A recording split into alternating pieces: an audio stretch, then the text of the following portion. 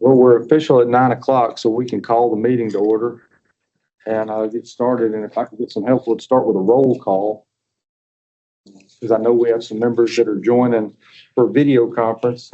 And for the record, this meeting is being held by video conference pursuant to the government code. And any of our members that are joining virtually need to make sure you keep your camera so we can see and hear and have consistent contact with our video members. Is that accurate, or do I need to add anything to that? Perfect. So we've got that done. So would you mind helping us with the roll call, and we'll. Chief Deputy Jimmy Jackson. Here. Captain Robert Sunley. Here. Brian Flatt. Here. Joseph Florence. Here. Chief Jeff Barnett. Here. Clinical Director Teresa Jamerson. Here. Senior Officer Ashley Ludke. Here. Sheriff Christopher Pounds. Here. Leilani Ramos. Here. Dr. Kevin Smith. Here. Alberto Albuena. Here. We have a quorum. Here. Not sure if you could hear me. Got it. Thank you. Well, thank you for making the time to come to our second meeting. I hope the subcommittees had a good visit and got some work done. I started to call Iris. I got some information last night I'll talk about later. We'll make a new business category, or one of the other items at a business we'll talk about then. But the first order of business to get through, I emailed the minutes to the board. Thank you for putting that together, Iris. I read those minutes. They looked accurate to me. I didn't have any additions, but if no one had any additions, I would entertain a motion to approve our minutes from the last meeting first, if there's any discussion about those.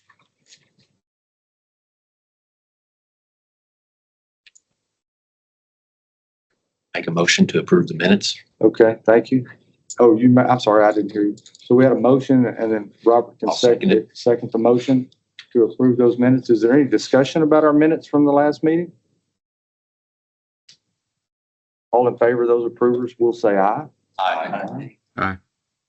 Those minutes are approved, and we'll move forward. So at our last meeting, I think we'll start with either one of those subcommittees. It doesn't matter who goes first, and kind of discuss what y'all talked about, and then we'll kind of dovetail the conversation off of that. Do you want to start with that? Sure. Is that okay? Our subcommittee we got together and discussed kind of what actions a licensee, once they are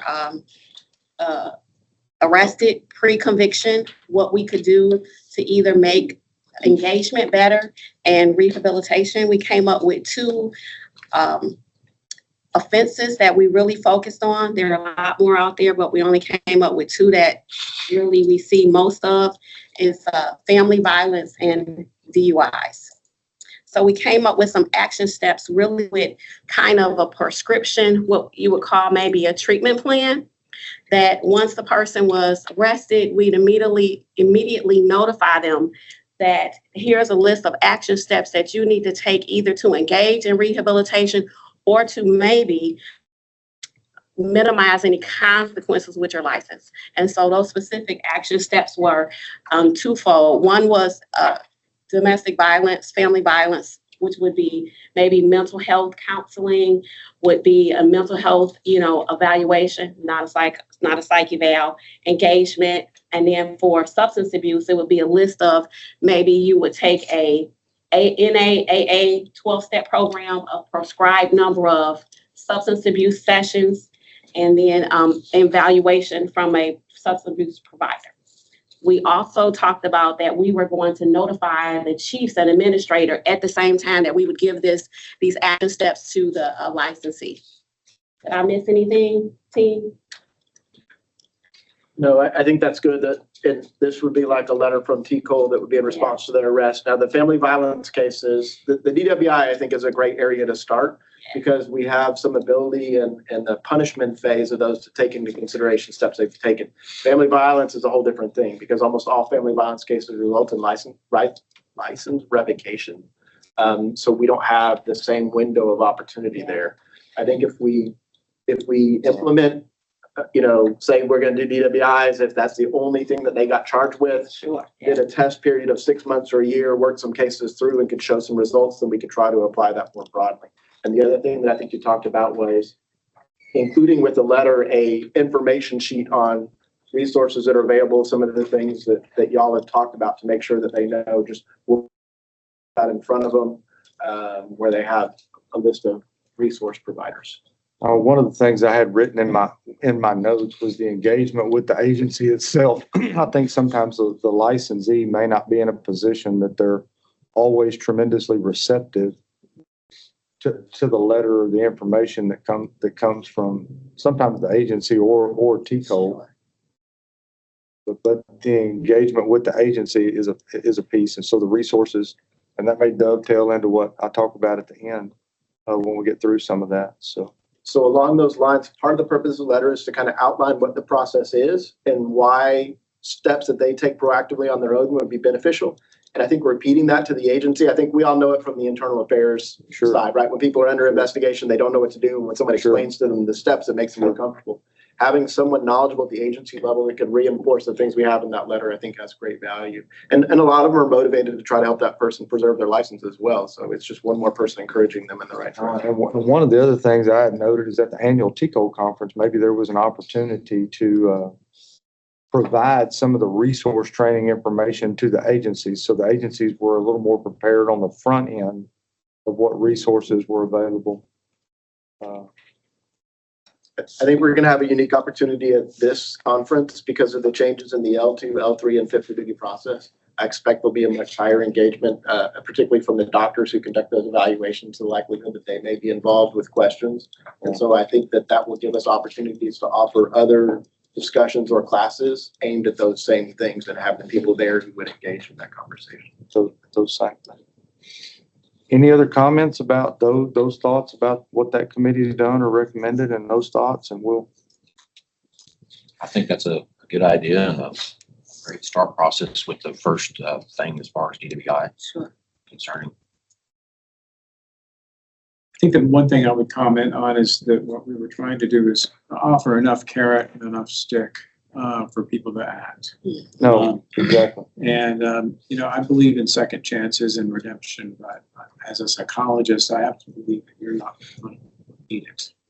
And when somebody comes to me and they say, I don't have a problem, it's my agency, I'm being, mistreated here, it's everyone else's Yep. fault, but I can't help somebody like that. And so it's very difficult when they take that stance. Because alcoholism, one of the classic stages that many of them go through is denial, Denial. right? Mhm. So, breaking through that denial sometimes happens because of court hearing or because of the licensure board that's involved. Sometimes not.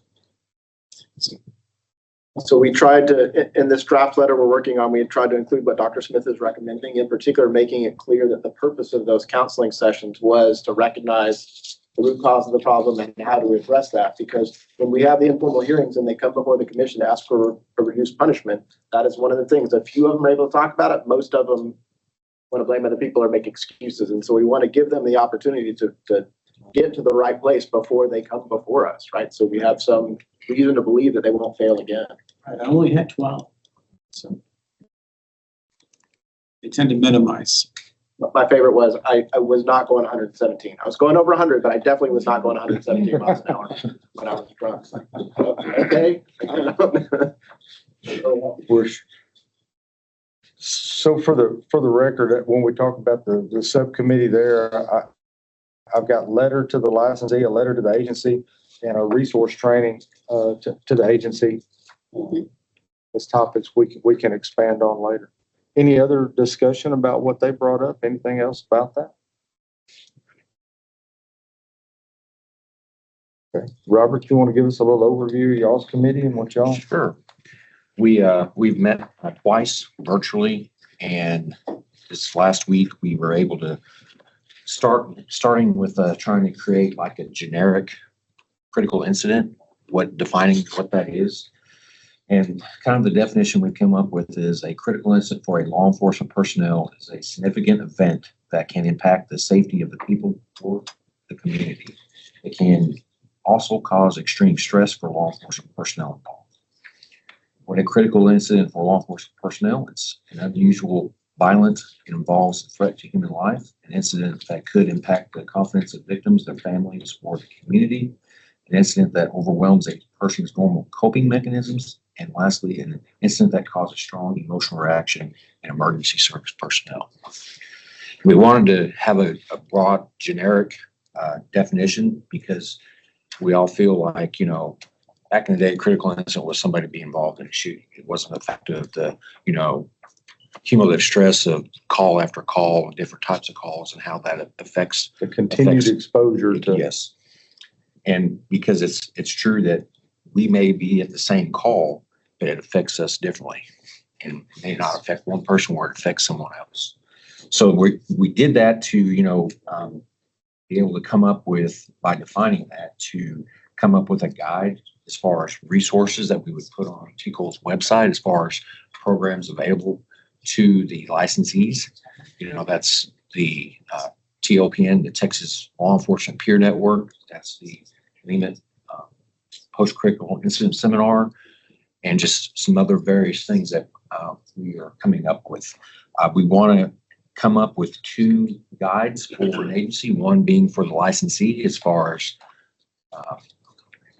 steps to get help, and then a policy for the administrators, kind of a go by for the agency so that they have the ability to take care of their people, kind of idea. And then lastly, we would draft a generic email that once an agency administrator can send to their employee that was involved in that critical incident so that they get that resource, and it's on them to act if they feel they need it. Did I miss anything? So we're kind of looking at committee number 1's talking about after the hammer has fallen, so to speak. And we're talking about now some resources TCOL could put together that tried to help the agency and the licensee prior to those incidents happening and going Prior through and those. during. And I would think that would be one of my goals.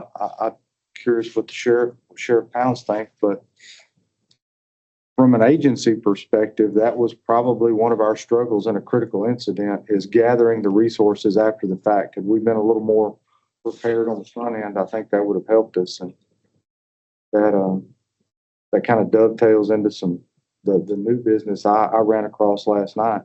Director, were you familiar, before you get out of the room, and you get up and walk out if we get into your meeting, House Bill 3858, last legislative session. I'm not asking you to remember it. I had the same look last night. But do you happen to know Ruben Ramirez from Dallas Police Department? He's a retired deputy chief from the Dallas Police Department. But through a contact, I got connected with him yesterday by happenstance. But House Bill 3858 apparently put some funding behind mental health for police officers last legislative session. Yeah. Awesome. And there was a discussion about how those funds were going to be distributed. It was minimal funding last time. They're working, there's some groups working in law enforcement to get some more significant funding from the legislature this time for that. But the discussion last night was specifically, how can that get administered? And it seemed to dovetail into exactly what we're doing at this committee and exactly what we're talking about. I can look that up and research it more. If it's what I'm thinking of, when Eddie Garcia was in Dallas, they had a very robust program that he started and his assistant chiefs or deputy chiefs started. And I think that was probably one of the key ones that led that. It's a really good program, and they had great results from it. And I think that if it's the bill I'm thinking of, a lot of legislators really liked that and wanted to say, hey, how can we replicate this out across, the state, basically, and all it takes money and whatnot. So if that's what I'm thinking about, but tell me what's the House bill? The House bill was 3858. House Bill 38, and I think Gretchen was familiar with it also, but The discussion specifically was, I think it was set up, and don't hold me to this because I'm new to the information last night, but I'm told it was probably set up as a grant process where I think that's agencies, right. where agencies could apply for grants, and nobody really took advantage of that. It sounds like, because most agencies don't know, I don't know how Yeah. much money I'm going to need for critical incident training. So the blue chip program Gretchen and I discussed, or if there was a way for this committee or for TCOL to partner with the governor's office where that pot of money was there, so that agencies through an application process, I've had a critical incident and we had providers that were identified. I'd be curious what Dr. Smith thought, where we had providers. So as an agency administrator, if we had somebody involved in a critical incident or a problem, we could say, here's your chip or your token or your application, go see this doctor, and then the fund that's paid for counseling. And if there was a way, I know TCOL has plenty of work. I'm not trying to task anymore, but how we could use TCOL and this committee to partner with them to actually get some use out of that fund if it's appropriate. Certainly look at it, because we do that already with the peer network. That's kind of managed by us. The money comes to us. We, fund through UNT Dallas. So we're not strangers to that already, but let us look and do a little research on that already. And again, I just kind of vaguely, basically it's like, hey, if you want to do what Dallas is doing, here's some resources to try to start your own. No, I think. and Ruben emailed me a little one pager about that program, and I will distribute that to the committee so we can all read about it. It had some interesting, and whenever we come back together to meet again, we'll have time to review that and maybe had some other suggestions. But that program kind of dovetailed into what we're talking about here, and it actually puts some meat in the program to actually do something. Because yes, sir. Yeah, that program landed in Health and Human Services, so that they are the grantor. So they hold the funds, and the application would be through Health and Human Services. In that particular one? Okay. Yeah. In that one? Yeah, it's I just pulled the bill up, but I remember it from last time around. And there was a belief that not a tremendous. Well, I mean, if you look at it from a law enforcement agency perspective, there's not many things you go to directly to Health and Human Services. Right. So it's probably something we would want to connect, at least informationally, and maybe if we can put it to a human being or a section. I don't know where it landed over there. So where the entry point for an Right. agency, and they would normally be given rulemaking authority to determine what the grant process looked like mechanically. And so we probably need to find a human or a group of humans at HHS, because they're huge, Yes. and figure out where it landed, and then maybe we can be the conduit to get people over there. Yeah, and Ruben seemed very, he offered to help, and probably been a great addition to the committee, but I know we're past that. But I thought about bringing him and letting him speak about the Dallas program and what he put together at Dallas. And I'll try to see if Ruben can come to our next meeting, and maybe we can do some research with Health and Human Services about that and see where that's at. And I don't know whether there needs to be some language. I don't want to take anything away from Health and Human Services. I'm not trying to steal resources that are being utilized, but if they were underutilized, and maybe there's a way we could improve that. Talk about that. Sure. I met with Ruben Ramirez personally, and when I worked for Rockwall not too long ago, Yeah. and he helped us build our program. And I will say it was one of the best things we ever did. He was able to they've developed their OWL unit. He was able to take that and simplify it, because it was designed for Dallas, which is a huge organization. But he worked with two of our employees to simplify it. We had about 100 sworn personnel, and to make it fit us. And I mean, it turned our organization around when it came to mental health. We had officers, even though it was fully confidential, we had officers coming forward and wanting to tell everybody about how they had participated in the program. So I will definitely say I think that he would be a great addition for sure. That's awesome, because in my conversation with them last night, talking about what y'all are working on and providing resources to agencies, as an agency administrator, I think it would be great to, I mean, I didn't know that program existed, and I'm obviously not the end all know all, but have called several other people that didn't know about it either. And I had about an hour long conversation with Ruben last night, and it made, I was emailing my captains last night about reading through some of this. So there was already research, just that conversation with him wanted me to change some things I was doing within my own agency. So I think if those resources were available through TCOL where everybody could find out about them, I think it would really impact the discussion we're talking about if we could get that out there. So no doubt reaching out to the employee at the time of crisis, I know that's a problem, but sometimes they're just not as receptive as may not be them. So if anything we could prevent before we got to crisis, I think is a win. If I may, I just wanted to speak to Please some- do. Please do. So, for example, one of the agencies I know best is the Harris County Sheriff's Office. And, they have a lot more resources. And in many ways, they train most of their officers on critical incident training, CIT. They have critical incident response team. They even have they have their own in-house psychology division, behavioral health division. They have peer support networks. And so, an agency of that size certainly needs assistance, just like everyone else. But the kinds of things that might fit an agency that size versus someone, a smaller agency might be different, because how those grants get administered and might be better, because if you have somebody in the community, Yeah. I don't know how realistic it is to, get would you want an individual provider to have a grant? Sure. Well, we're critical incident. Our clinic is trained in critical incident, so we do it for Collin County Got it. schools.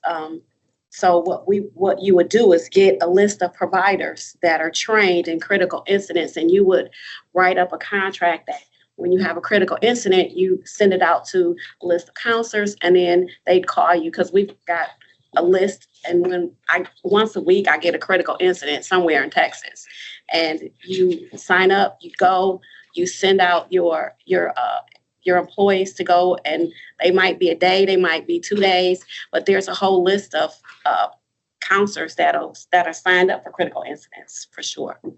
So we would just have to get a list together and I do have a list of counselors across Collin County and Dallas County that have critical incident certification that we could add to a list if we needed to have counselors do a critical incident. Got a whole list of them. Dr. Smith, do you have any thoughts on how we would identify providers in different parts of the state? Yeah, that's a good question. I think one of the things is to reach out to individual providers and see if they have an interest. But I do think it would make sense to make sure that they have the proper training, Right. because one of the things that really needs to happen is there needs to be sufficient documentation. When there's a critical incident, you need to make sure that you're following a certain set of steps. In a critical incident, counseling session, it's not so much an evaluation, but it's almost more therapeutic in nature. But I can tell you when I'm on the L3 and fitness for duty side, sometimes I get notes from people that are incomprehensible. It's not clear what happened in those sessions or not. So, but I do think individual departments can reach out to providers, and then if they're interested, truly interested, then they need to take the next step and go ahead and demonstrate some training and maybe certification in the area. I could reach out to one of the contacts that we were certified in when we got our critical incident training and see how did they get their list, because we're one of maybe 300 on the list. So I could reach out to our contact and how did they get their list, and will they share the process? Yeah, and part of the reason I asked that question through a incident in my own agency, I reached out to DPS for some resources, and closest provider I could find that had training in their mind was in the Dallas area. So I sent an employee 2.5, 3 hours from home. Mm. And they're probably, I'm not saying there's not a provider there locally somewhere. There sure is a provider. Mm. For I sure. just wasn't able to. I can, So that resource, when we talk about providing resources to agencies, providers that could participate in the House Bill 3858 situation that we could send people to is obviously a resource, but identifying where we could go reasonably close would be a big resource. I know there's a database or a serve because our clinicians that serve on the LEMIT peer team and PCIS, when we have a participant come through and we know that they need to have continued care, because going to that seminar is just a beginning to fixing things, then they are able to locate somebody in their area to refer them that have that training. Yep, there sure are. Emergency service personnel. I think I've had this conversation with Dr. Smith, but, and let me back up a little. When we start talking about putting stuff on our website or making resources available, when we create lists, those lists are subject to change. Somebody's got to maintain them, and I think a big part of what we have to do is educate people on what they should be looking for. So conversations we had is any doctor can do an L3, but there are doctors who specialize in L3, and that's what you should be looking for. And I think educating chief administrators on what's available, what areas of specialization, the questions you should ask when you're selecting a doctor or when you're putting that out for contract. And the same thing, like you're talking about when you're looking for counselors, do they have critical incident training or certification? Letting them know what certification to look for, not necessarily giving them the list, at least better positions them to make the right choice when they find somebody. And so I think that's some information that we could make available in our resource pages, not necessarily a list of names and phone numbers, but a list of the questions to ask and how to find the right person for your particular situation. I would agree. And the criteria of like, critical incident training and EMDR certified. And when we talked about the letter, like if you're going to go in counseling, it needs to be a certain level of licensed counselor or above, and those things that I wouldn't know to say, but they can help us clarify the type of person. Robert, you said you had I had something one else? last thing on our committee for the early prevention is that trying to come up with a matrix or something to identify that, hey, there's something going on with this employee is kind of difficult because it's, based on the size of the agency and the type of work that they're doing. The things that we kind of identified what could be early prevention would be the first line supervisor notes the calls that these officers, telecommunicators and jailers are dealing with, and that we come up with a list of like, well, hey, they made this suicide call, they made a baby death call, that, hey, a generic email, what I talked about, would go from that supervisor, or if they have peer support, to that employee saying, hey, look, we know that you went to this call, we know you may be okay, but here's a list of resources if you need to seek some help. And Was just that to not, was that, that had that That comment? frame came from Ruben Ramirez's team. Absolutely. He talked about it last night. Go ahead. You're the expert in that one. Well, I'm definitely not the expert, but I have talked to Ruben about it, and it turned our department around when it came to mental health. But what he said is you don't want to limit it to those things only. Obviously, if you see a problem, and I'm sorry, Ms. Ludke from Austin pointed that out as well. And he acknowledged that if you see a problem with somebody, you can always step in and have a conversation with them. But in order to make it intentional, because being intentional is really important. If you have critical incidents where okay, our team, our peer support team, and they call them checkpointers, I think. Yeah. But our peer support team is going, anytime they're going to get up every morning, they're going to look at the call list. Or another way to do it would be from supervisors notifying them that they went and to a call that met specific criteria, a critical incident, if you will. And those checkpointers will reach out to everybody that went to that call, and we'll have a verbal conversation, and it will just be something extremely simple, because you want to keep it simple. You don't want it to be something overwhelming. But they'll just say, we understand you went to this call last night. How are you feeling? The canned answer is almost always, I'm fine. Everything's great. So then they turn around and they say, okay, I know you're great, but I'm going to send you some information anyway. And so then they send them an email that has contact information for local providers, how to reach out to them, so that they don't have to ever tell anybody if they don't want to that they did that. And one of the questions that one of our leaders had at our former organization was, well, why don't we just put those notifications up all over the department? And Dallas's response, or our checkpointers response, was do that as well. But with people, in order to get them to do things, you've got to constantly remind them of where those resources are. And when somebody's in a critical incident and they're sitting at home, you don't want them to have to go, well, hey, how do I find this resource that's pinned on the wall at the police department? Whereas if they've received it recently in that email, they can look in there and pull it up and go, okay, I'm going to make this call now. And we started doing that. And sure enough, our officers were doing exactly what they said they would do, saying, no, I'm fine. I don't need any help. They would send them the email with all the contact information. And then weeks later, they would come forward and go, well, I never told, or months later, I never told anybody, but I ended up 2 days later really struggling. So I reached out to this person. I've been seeing them for a couple of weeks now. Greatest thing I ever did. And so then they were very open and honest about that in many cases. And we suspect that there was many cases of people who didn't come forward, but are still using those resources and they're being really beneficial. And that was simple. It's a very easy thing to implement for a department of any size, but it's very effective as well. Ruben brought up some really interesting points last night. Even when he was talking about the check pointers, one of the things I'd never taken into consideration was the reoccurring issues that come up on the anniversaries of some of those critical incidents. And through that checkpoints program, by documenting that within the agency, having a database of when those critical incidents happened within the agency, he had his check pointers within the agency that just reached out that employee and said, hey, recognize today is the 1 year anniversary of your line of duty shooting yesterday. I just wanted to check in on you and tell you I was thinking about you, everything doing okay. And maybe it was just having a cup of coffee or just visiting with that officer on the 1 year anniversary. The fact that the agency recognized that they knew that happened.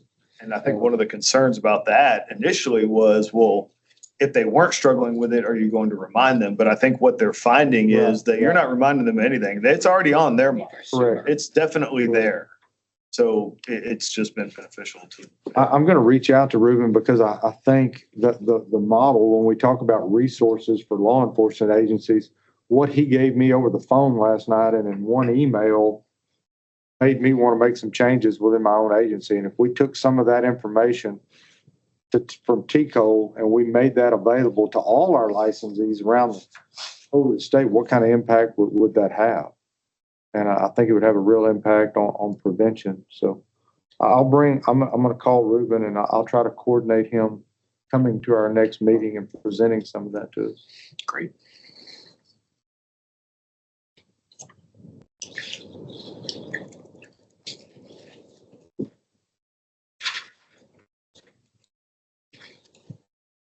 We ran through that pretty quick.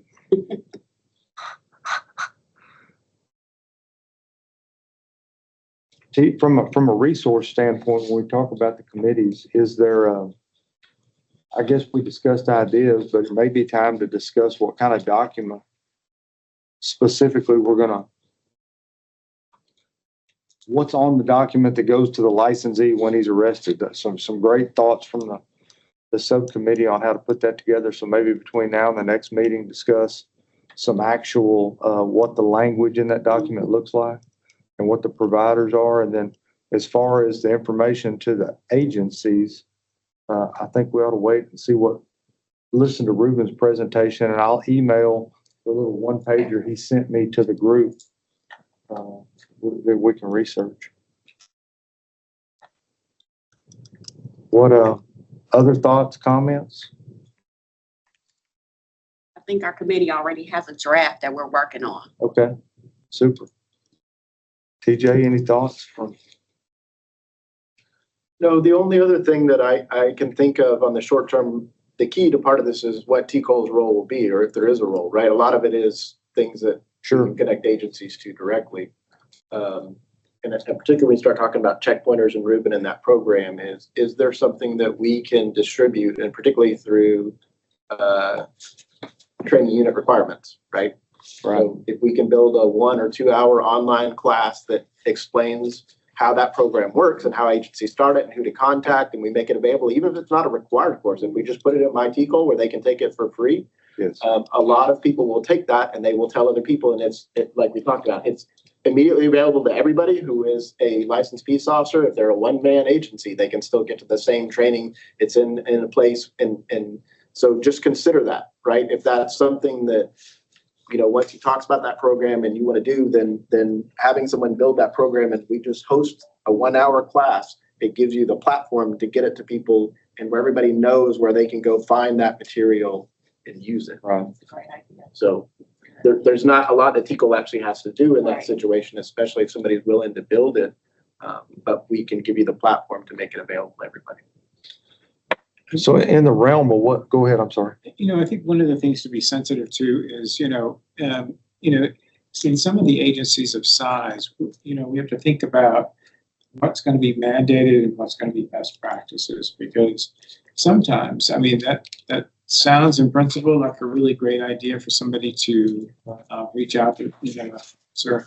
But if you literally have thousands of officers to deal with, Right. you might have to assign personnel and benefits. That's a whole division. Exactly.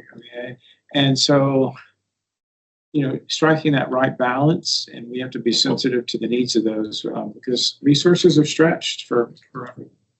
And so that's something for us to keep in mind as we move forward. Just when y'all were putting that program together down there from a context of peer support, did y'all have your own peer support team within the agency, or did y'all geek out and use like LEMIT or? We were in the process of developing one. And so that's kind of what came out of that because as you know, as talking to Ruben, the OWL unit is a full-time unit at DPD. That's all they do all day, every day, which that wasn't going to fit for us. And Right. our people went over there to talk to them for the purpose of trying to build one that worked for us. And so when they brought it back, they built kind of a part-time peer support unit where there's several checkpointers across our department who do that kind of on the side. But they rely on both checking those calls for service themselves and then supervisors letting them know, hey, we went out to this type of call last night. This is the case number. And that's really simple to do for a supervisor. Just a quick email that says, critical incident happened last night. Here's the case number. And those checkpointers or whoever's assigned to that incident just looks into that case, says who all was there and sees it, makes those phone calls, doesn't take them a whole lot of time that morning. So it's a little bit different from the full-time aspect that Dallas is doing, but it worked for our agency. But we had a local discussion about that peer support. So if you had a critical incident, a line of duty death, a shooting, something that merited that support, there was a belief that the peer support was a little more effective if it wasn't the buddy that was there with you or another person on your shift. It was a third party you weren't as familiar with. And at DPS, there's obviously peer support groups in the various regions. DPS has a really robust program, but you're very apt. It could be people from West Texas coming to East Texas, and even though you work for the same agency, you may or may not have ever met them before, and it seemed more effective. So there was a discussion about some local agencies, maybe a couple of representatives from our local agencies in Smith County forming a little peer support team. From a TCOL perspective, how could that team get some actual training? So if there was a training piece, because when you talk about how TCOL supports, there's not a better resource for touching all of the law enforcement agencies in Texas than TCOL.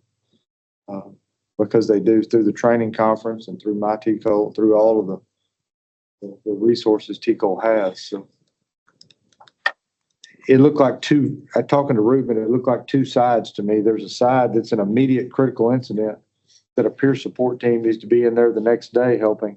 And then there's the wellness piece where you're coming in after the incident, who was at the call, and using the check pointers within your own agency. So it's really the event that took place. So I know the best practice is that in a local agency has a critical incident where a number of officers are involved, dispatchers, emergency responders, that they get an outside agency peer team to come in and do what's called debrief. That's the short, that's usually within like 48, 72 hours after the incident. no, and we would knock on wood, we've only had one, but in our one line of duty death a couple of years ago, we used the LEMIT team. And they came in after the fact, and it was a real blessing to our group and our agency during that time. So Yeah, but LEMIT is we have peers, throughout the state, and we have kind of like regionalized. If something happens in that region, that we have peers that get activated and go help those agencies. I'll be honest, after talking, 35 years of law enforcement, but after talking to Reuben last night, I recognized areas where I think our agency failed some of our people in that situation Yeah, it's upsetting. and not, I guess you don't know what you don't know sometimes. So along those same lines, and this goes a little bit to what you were saying, I don't think anybody is saying we're gonna mandate agencies do something, right? We just wanna make them aware of opportunities or ways that they could do and help them find the best fit for their size agency and their needs. And so, again, the examples you're talking about, you can make recommendations to the commissioners, and one of those might be that Lemet and Reuben and the Checkpointers group both appear at the next conference and do a presentation, right? And then both training coordinators or chief administrators present can come attend that. They can listen, say, yeah, this might work for my agency, Yes. or there's no way. I would have to build a whole new division. I can't do that, right? But at least we're exposing them, like you said, there are all these agencies that don't even know until there is a critical incident, then it's too late to learn. That's So, exactly right. maybe the recommendations are as simple as identifying some programs that we think would address a broad group within TCOL, and then we help make that connection where they get exposed to that, and have the opportunity. Not necessarily So mandate. we look into maybe putting a training program together and having a break or having a session at the conference where agencies can learn about it. And then secondarily, just through notifications and whether it's email or the training provider notifications, that agencies know, hey, there's some information at TCOL about this, so we can go get that. Or it could be a block that's introduced into the chief's training. Through Lemet, they're mandated to have that. What's that? Once a training cycle, they have to. Well, they just did, Director Stevens and I were just part of their focus group to build next unit's training. So it would mean modifying what they built, but certainly long-term. I think, Dr. Ray and the folks at Lemet was, and the Chiefs Association has a lot of influence on the actual content at Lemet because they're the client basically. So, not that it can be modified, but they just did their focus group to delineate what they're going to do in the training unit that starts September 1. But certainly a discussion we can have with them. They modified this unit to accommodate us on our sunset stuff. So they took something out, gave us more time because of the impact it's had. So I think they can modify it real time if we make a good enough case. And Colton, the way our world works is if, for example, they put it on a conference and a lot of chiefs give positive feedback and start talking about that program, it makes it that much easier to get Lemet to adopt it the next one. When people on those committees talk about this group talked and the change it made there. Organizational changes like individual change, we have to keep repeating ourselves, and when the right opportunity lines up with the information, then they'll get there. So I think there's nothing that says we can't do it both places or three. Yeah, places. and I think making the, you got the SAT conference that, Jimmy and I spoke at last year. So taking advantage of all of those venues, if we come up with that core content, I think the Chiefs Association will look at it at their conference, and you don't touch all of them, but you touch a significant number. Right. And same thing with the sheriffs and ultimately, the Justice of the Peace and Constables Association. So those are your three big chief administrator groups. If you inform them, certainly start to perfuse the information out from the top down in some agencies. Those conferences touch a lot of people because I got a lot of phone calls that said Cullen said. Yeah, we do. We get those same calls. You get those same calls? Yeah. Got a bunch of them. Multiply that after, and those conferences are very impactful. You think you got a breakout group of 20 or 25, but you get calls from 60. No, that's right. Because they all go out and talk to that's their right. peers. The Chief Deputies Association, and then of course, you've got the labor side of the equation. Same presentation, at TMPA, CLEAT. Those are viable venues to get the same information out. So you've got the the top down from the chief administrators, you've got bottom up from where the rubber meets the road people. And, I think you can make a lot of inroads. You know, I know in our local police academy, I know in the training academy there, we're sending our folks to at Kilgore and Tyler. And I know at DPS, there's a wellness block in some of that. I don't know if that's a TCO requirement Yes. or if that's in there, but that's in there pretty early on in the basic academy, because I looked at our basic academy curriculum and noticed that was in there. So that may be another place to plug into some of that. So in the scope of what we talked about today in the notes I've made, you talked about a draft document that your committee was working on and what that document might look like too. So maybe y'all between now and the next meeting could expand on that document and maybe put a little proof of concept together or something on paper, what that draft, and that's the document that goes to the licensee. Did I understand that right? Yeah. And I have the information for TCO to put on their website, the agencies, but I kind of thought we'd table that till we hear from Ruben and learn a little more about that to decide exactly what that wants to go on there. And then how does TCO help? I've got several notes written under there, whether it's the training agencies, the various conferences Cullen mentioned, a training block in MyTCO, and a resource document. So I think there's going to be 2 or 3 things under that we talk about. But again, I pushed some of that off till we hear from them at the next committee meeting. Robert, is there anything on your committee? What would y'all think about working on between now and the next one, you think?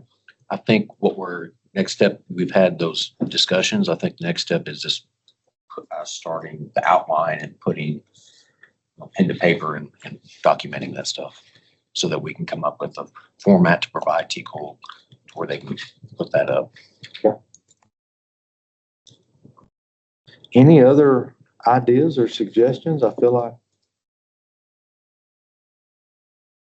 Sure, anything at your agency this helps, benefits, any thoughts? Well, it just goes back to I mean, I'm total across my campus, 39 employees, which is good in a way. I know all of them. I see most of them at least once a week.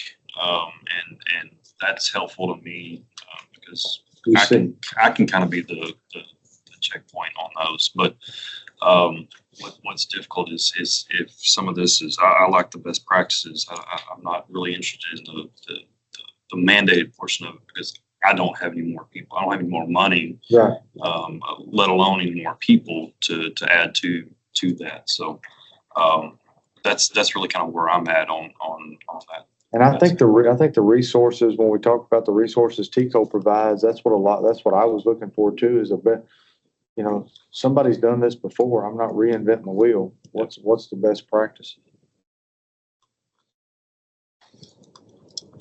All right.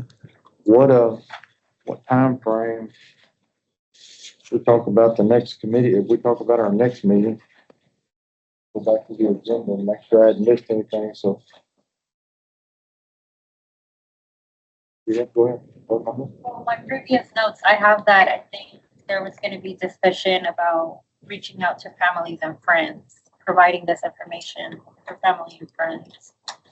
I think everything's been discussed about within the agency, not so much providing resources to family and friends. I mean, why we can, respond to a critical incident, trusting that it's the family that's going to see it at home. Oh, that was a discussion. Did that come up in any of y'all's? No, I don't think it came up in ours. We were just really focused on this time, how to get information to the administrators and the licensees, but that is absolutely a good. No, 100%. Thank you for bringing that back up. Just pull my agenda back up, make sure I'm not missing anything else. Yeah, and I thought the discussion was, it would be, when you'll start talking about identifying resources, the page on the TCO website that talks about those resources, but for part of that to be focused on what is appropriate for family and friends. And then how do we get the message to them? Yeah. Right. That here's some Because resources. it looks that- like some of that's gonna have to come through your agency representative. Yeah. I mean, it's gonna be within the agency that knows who those, and obviously some of the friends are likely to be coworkers that we're talking about. So your peer support group and catch those, but the immediate family, was certainly a big deal.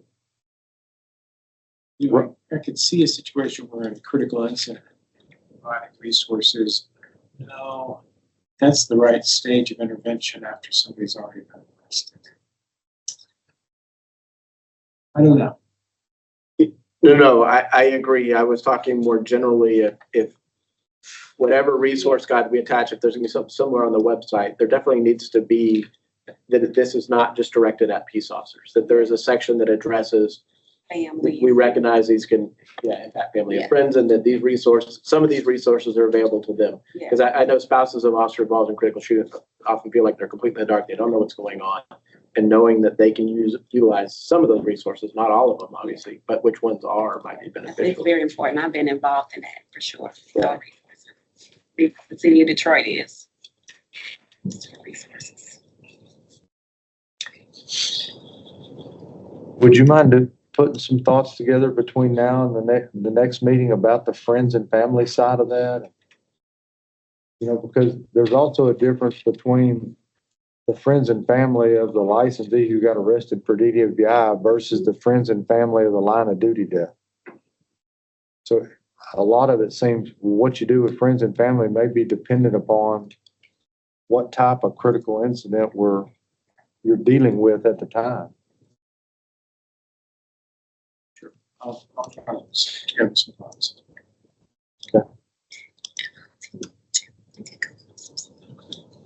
Anything else we overlooked, Iris?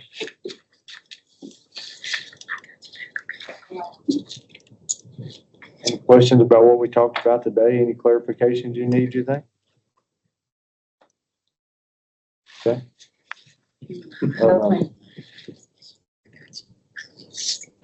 Iris is like a sponge.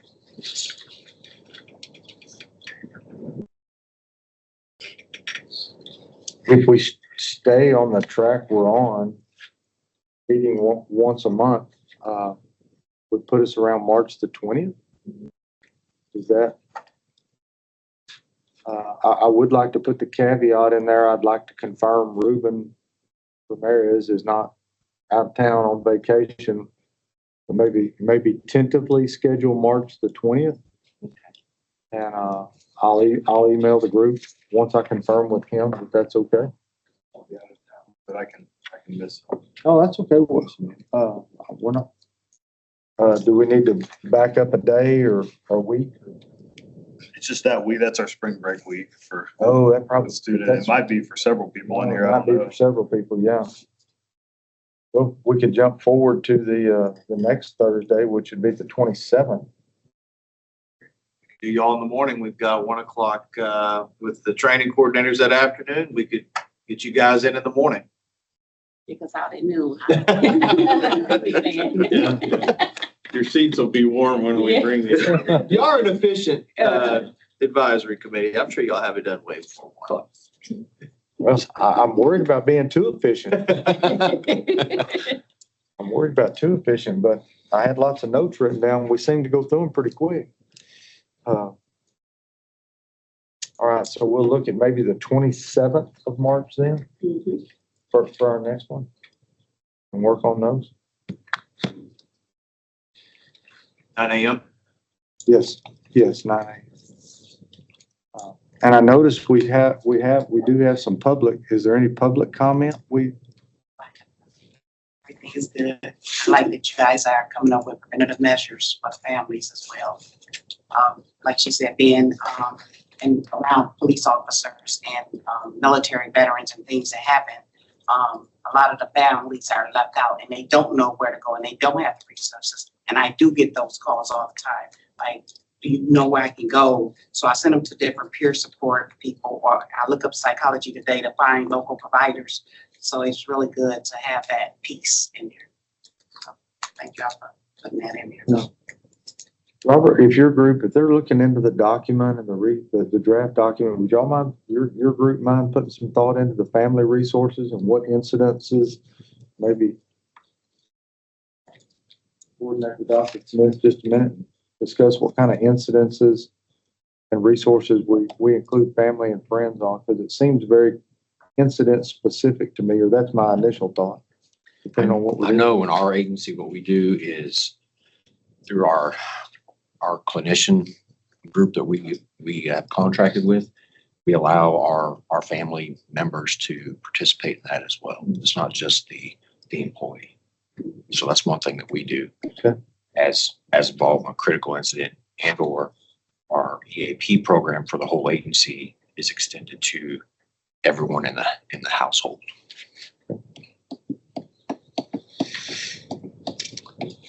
Any other business or discussion before we end today? I will coordinate with Ruben and get him for the 27th. TJ, John, y'all think anything we overlooked or any additions?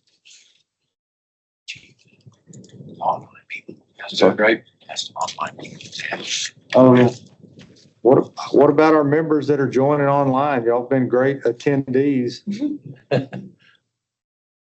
Anything from y'all? No, sir, not from me. This is Jeff. Yeah, the committee did a great job discussing the points that we had outlined, so thank you very much. Thank you. All right. Sir? I don't have anything. Thank you. Okay, thanks. Well, with that, I appreciate everybody coming, and I'll start working with Ruben for the next meeting, and if nobody has anything, we'll make a motion to adjourn. Thank you. Motion made and seconded. We're adjourned. Thank you. Thank you.